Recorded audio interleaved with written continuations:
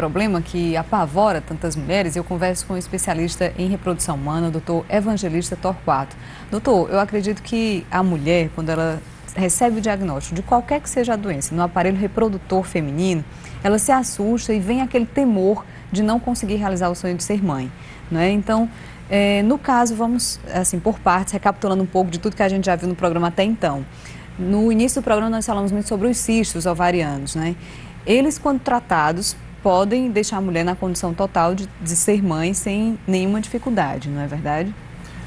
Acho que a gente precisa pontuar aqui algumas coisas dessa reportagem para deixar as verdades mais claras. Isso, porque e desmistificar nossa função aqui é exatamente essa, prestar um serviço à comunidade, a ponto de deixar tudo muito claro. Perfeito. A gente teve ali uma paciente, acho que a primeira, a Larissa, sim, onde ela, claro, ela pode ser portadora da doença ovariana policística. Qual é a pedra angular dessa patologia? A paciente não ovula de forma mensal. Simples. Uma mulher, normalmente, ovula todo mês, libera um óvulo que está disponível ou não para uma gravidez. Na paciente com doença ovariana policística, o que é angular do diagnóstico é a falta dessa ovulação. perfeito. Existem várias implicações decorrentes da falta dessa ovulação. Essas pacientes, 50% são obesas. Boa parte dessas pacientes tem um colesterol elevado. Essas pacientes desenvolvem mais câncer de endométrio no futuro. Essas pacientes têm, para alguns trabalhos, um pouco mais risco de câncer de mama. Disparadamente, essas pacientes desenvolvem mais diabetes. Então, tu observa que eu estou partindo da doença ovariana policística e andando por vários caminhos da medicina, pela diabetes, pela hipertensão. Essas pacientes fazem mais diabetes na gestação. Então, são vários ângulos que você tem que ver a doença ovariana policística. O que é fundamental, se você está inclusa nesse grupo que está com excesso de peso, você tem que perder peso. Primeiro passo. Pedra cardinal do tratamento. Você precisa perder peso, mudança de estilo de vida. E nós precisamos insistir nisso. Nós não podemos aqui ficar medicalizando simplesmente uma doença e não perdendo tempo em fazer você mudar o estilo de vida. Você tem que perder peso, isso é simples, não tem questionamento. Porque você desencadeia uma série de fatores metabólicos que vão ser interrompidos. Tua diabetes pode ser interrompida, tua hipertensão pode ser interrompida, tua doença do miocárdio, do coração pode ser interrompida, teu câncer de endométrio pode ser interrompida. Tudo isso em função de um estilo de vida saudável. Passa por você ter um IMC normal, passa por você ter um peso normal. Perfeito. Bom, neste ponto ainda dessa garota, o que ela disse ali? Doutor, eu tenho muita dor. Um incômodo, às vezes eu tenho né? tanta dor que eu chego a desmaiar na menstruação. Uma garotinha de talvez aí dos seus 16, 17 anos. Exatamente. 15, 16, 17 anos. Endometriose tem como suspeita clínica básica a dor pélvica. E como eu estou acostumado a pegar estas pacientes lá pelos seus 35 anos, que você começa a questionar a história da dor pélvica dela, e normalmente dores pélvicas que se iniciaram na adolescência, e como a endometriose é uma doença progressiva, o que a endometriose faz? Tu vai desenvolvendo focos em toda a tua pelve. Porque quando tu menstrua, o sangramento sai, ele se esteriliza pela vagina, o sangramento menstrual, mas ele também reflui pelas trompas e acaba caindo na superfície do intestino, na superfície do ovário, ali na pelve, no útero. E aquelas pacientes propensas a ter endometriose, o que vai acontecendo com elas? Esses focos que deveriam ser varridos pelo sistema imunológico vão se implantando. Então, todo mês tu passa a fazer esse processo e os focos menstruais vão aumentando. O que acontece ao longo de décadas? Você chega no meu consultório e tem endometriose no intestino. Só que essa paciente, ela começou aos 16 anos com essas dores pélvicas. E aí vem o anticoncepcional. O que o anticoncepcional faz? Diminui dramaticamente a dor e mascara esta doença.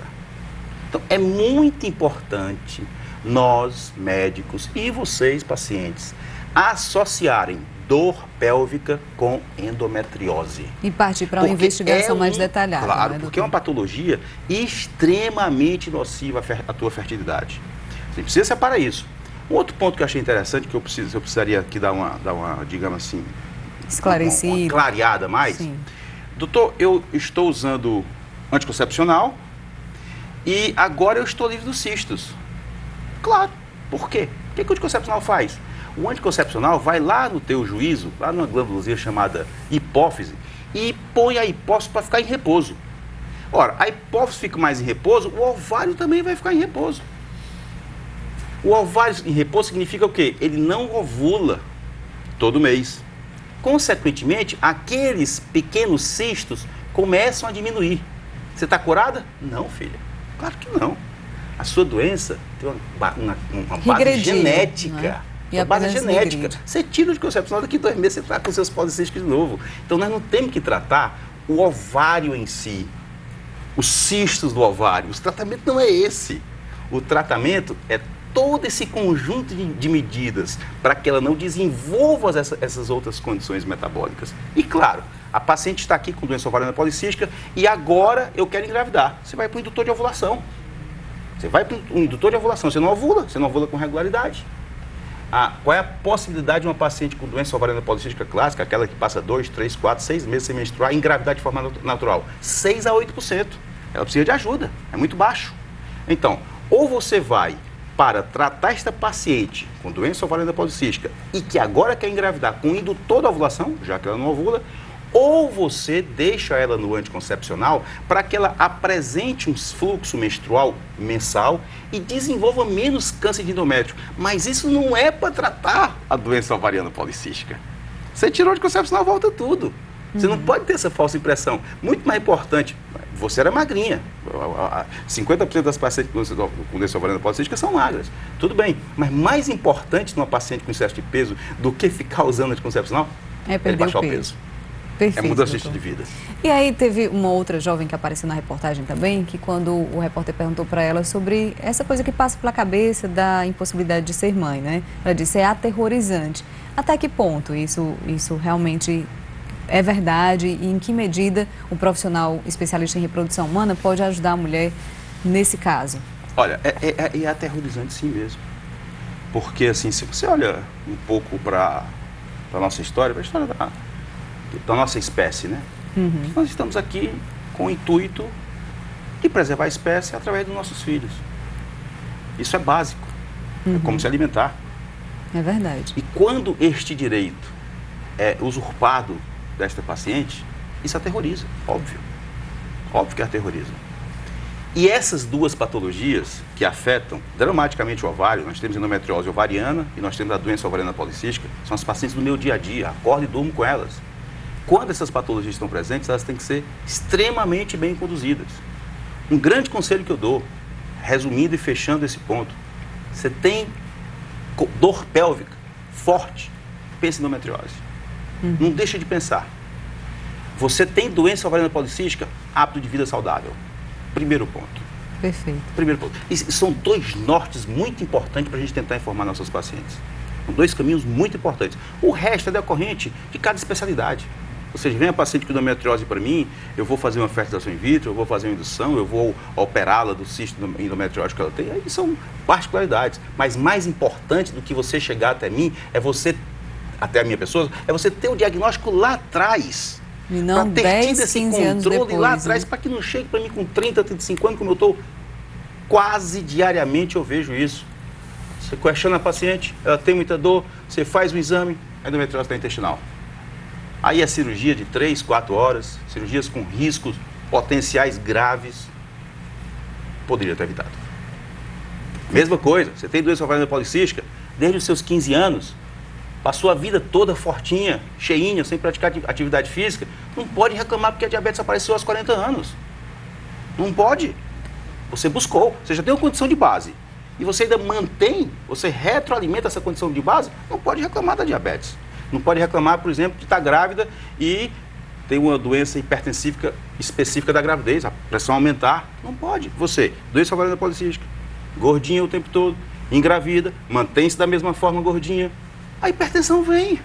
É inevitável. Está na lógica. Então é muito importante essas medidas preventivas, esse sentido é que a gente tem que dar, digamos assim, o caráter mais social da nossa especialidade, da nossa profissão. Perfeitamente. Doutor Evangelista, e com relação à mulher que perde um dos ovários? A gente viu na reportagem anterior, de um bloco anterior do programa, que às vezes a presença de um cisto grave, né, em alguns casos não dá para preservar os 2 ovários, e aí essa mulher vai ter, com certeza, mais dificuldade para engravidar. E aí, quando é necessário a intervenção de um profissional da sua especialidade? Na verdade, esse ponto é um ponto que também vi a reportagem. E Tem um negócio interessante ali. Tem uma frase que eu gosto muito que é assim: deixa os ovários em paz. Eu vou explicar o motivo disso, dessa frase. A imensa maioria dos cistos ovarianos, eles são funcionais. Eu vou explicar isso. Sabe aquela paciente que tem aquele folículo bem pequenininho, de 2, 4 milímetros quando ela menstrua? Aquele folículo escolhido para ovular, ele vai aumentando. Ele chega a 20 milímetros, 2 centímetros. Aí ele estoura. Quando ele estoura, ele sangra. Vai romper, rompe, abre. Às vezes, esse rompimento fecha novamente e sangra muito dentro. Aí ela faz um chamado cisto de corpo lúteo hemorrágico. Ou antes disso, isso é um cisto funcional, vou já explicar o que é o cisto funcional. Ou antes disso, essa paciente, os folículos começam a aumentar, chega a 2 milímetros, aí não ovula, chega a 25 milímetros, não ovula, chega a 30 milímetros, não ovula, ela sente um desconforto, vai fazer um ultrassom, você está com cisto no ovário, se assusta? Isso é um cisto folicular. Então, os cistos funcionais são os cistos foliculares e os cistos de corpo lúteo. A imensa maioria dos cistos ovarianos são funcionais, não requerem, na imensíssima maioria das vezes, nenhum tratamento. Intervenção. Deixem ele em paz. Agora, obviamente, eu não estou aqui falando de uma lesão com paredes irregulares, com aspecto vegetante para dentro do cisto, com um Doppler com alta vascularização sugerindo alguma malignidade. Não estou falando desse cisto. Você avalia. Essa paciente chega para você, você faz a avaliação, tem marcadores tumorais que você vai no sangue dela e avalia. E tem um acompanhamento que você pode fazer. Você faz um ultrassom agora, repete um daqui 2 meses, quando ela estiver menstruada, vê se o cisto persistiu, se aumentou. Mas esta porcentagem de pacientes que tem cistos ovarianos que precisam de intervenção cirúrgica é a minoria. E se você tiver que intervir, obviamente que eu não estou falando de uma patologia maligna, mas eu chego nela, uma patologia benigna, seja o mais conservador possível, principalmente se tal paciente ainda não tem prole definida. É claro que, no entanto, se essa paciente tem uma malignidade ovariana, ela precisa ter a cirurgia radical. Não há dúvida disso. Existem situações, já passei por essas situações, que a paciente chegou sem os ovários, por cistos foliculares, sem os ovários, por um cisto totalmente benigno. O que fazer com essa paciente? Tem solução para ela ser mãe? Tem solução para ela ser mãe, claro. O que a gente faz com ela? A gente vai a um banco de óvulos. O banco de óvulos, a gente fecunda este óvulo dela, fecunda, faz o embrião e coloca dentro do útero dela. Essa é a forma que para essa paciente tem de ser mãe. Bacana, doutor. Então, o senhor falou aí de um caso mais extremo possível, em que é possível realizar o sonho de ser mãe, desde que com acompanhamento e a ajuda de um profissional especialista em reprodução humana, né? Então, daí, com o seu exemplo, já dá para tranquilizar as pessoas que têm problemas menos graves, né? De que sempre é possível, né? Contando com a ajuda de um profissional especializado, conseguir realizar esse sonho diante de tantas tecnologias que nós dispomos hoje, não é verdade? Perfeito. É sempre um prazer enorme estar por aqui, podendo esclarecer várias coisas. Estou sempre à disposição. Muito obrigada, doutor. Até uma próxima oportunidade, então. Obrigado a vocês. E é isso, Vida e Saúde fica por aqui e a gente se encontra na próxima semana. Até lá!